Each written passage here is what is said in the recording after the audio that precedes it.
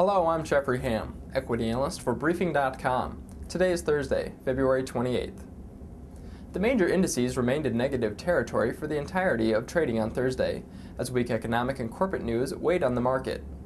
Negative headlines regarding small and regional banks also impacted sentiment. Stocks finished the day with significant losses, which sent the major indices back into negative territory for the month. The financial sector, which ended the day 3% lower, and the broader market fell to their worst levels of the session after Fed Chairman Ben Bernanke said before the Senate Banking Committee that smaller U.S. banks may fail. Also fueling the selling pressure was news that Moody's took negative rating actions on a number of regional banks.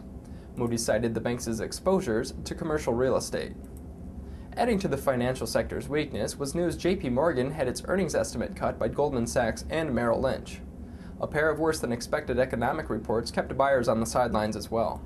The fourth quarter preliminary GDP reading was unchanged from the advanced reading at 0.6%. Economists were expecting a reading of just 0.8%. Inventories subtracted a large 1.5% from the fourth quarter's growth. New unemployment claims for the week ended February 23rd rose to 373,000 from 354,000. The consensus estimate called for a reading of 350,000. This increase is not a good economic signal. Treasuries rallied in response to the poor data. The 10-year note gained 42 out of 32 ticks. In corporate news, Fannie Mae and Sears Holdings missed earnings expectations. Sprint Nextel topped its earnings expectations when excluding one-time items. However, the stock got clipped after the company said it's ending its dividend, lost subscribers, and is writing down nearly $30 billion in goodwill.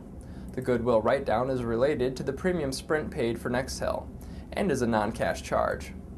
The telecom sector still finished the day as a leader thanks to strength in AT&T and Verizon. Commodities hit an all-time high while the dollar hit all-time lows. Oil hit an all-time high intraday trading of $102.97 per barrel before settling at an all-time closing high of $102.60 per barrel. Energy, which finished the day 1.4% higher, was the best performing sector due to the gains in oil. Likewise, the CRB Commodity Index hit an all-time high. Its 12% month-to-date gain is the largest since 1973.